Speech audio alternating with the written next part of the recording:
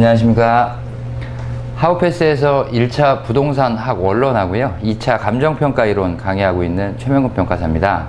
자, 공인중개사 1차랑 2차 시험 보시고 이제 감정평가사 시험 쪽으로 넘어오시는 분들 대상으로 부동산 학 원론이라는 과목에 대해서 어떤 점이 같고 또 차이가 나는 부분에 있어서는 어떻게 대응을 하셔야 되는지 그 부분을 설명드리도록 하겠습니다. 우리 감정평가 1차 부동산학 원론 과목은요, 부동산학 개론 여러분들 공부하셨던 것과 거의 대동소이하고요, 부동산 총론과 강론 두 가지 파트로 나눠져 있습니다. 시험법의 측면에서는 최소한 90% 이상이 겹친다, 이렇게 좀 생각을 해주셨으면 좋겠고요. 나머지 이제 10% 부분에 있어서 이 부분을 어떻게 이제 대응할 건가, 그거에 대해서 중점적으로 설명을 드리도록 하겠습니다. 부동산학 총론 파트에 있어서는 뭐 여러분들이 정확하게 공부를 하고 오셨을 테니까 그 부분에 대해서는 크게 신경을 안 쓰셔도 좋을 것 같고요.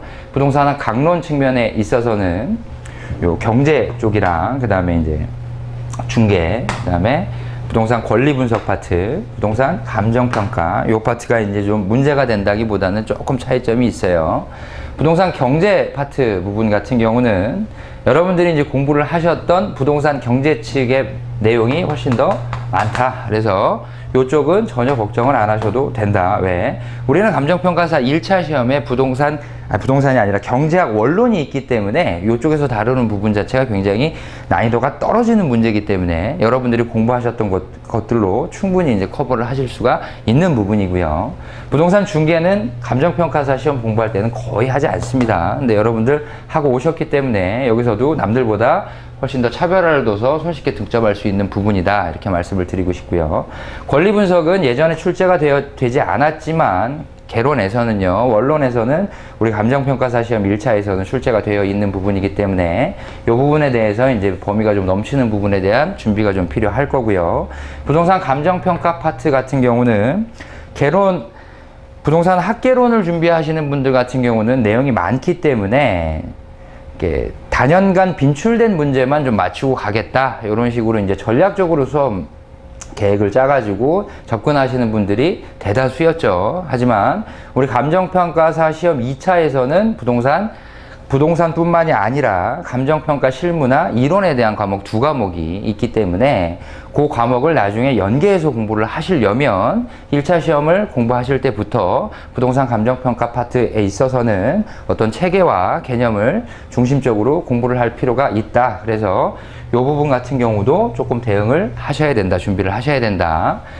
원래 우리 이제 커리큘럼 같은 경우는요, 1차 시험 과목에 있어서는 처음에 기본 강의를 수강을 하시고, 그 다음에 문제풀이, 그 다음에 핵심 요약 정리, 마지막에 마무리 특강, 이렇게 구성이 되어 있는데요.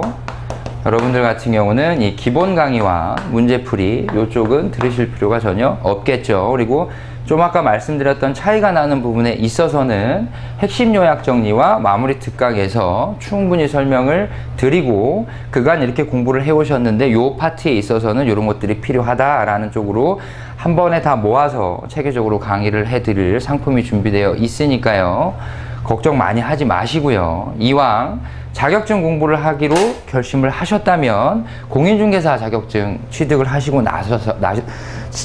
하고 난 다음에요, 감정평가사라는 어떤 부동산 파트에 있어서 국내 최고 전문가, 또한 정년이 없는 가장 좋은 자격증 꼭 도전해 보시기 바랍니다. 고맙습니다.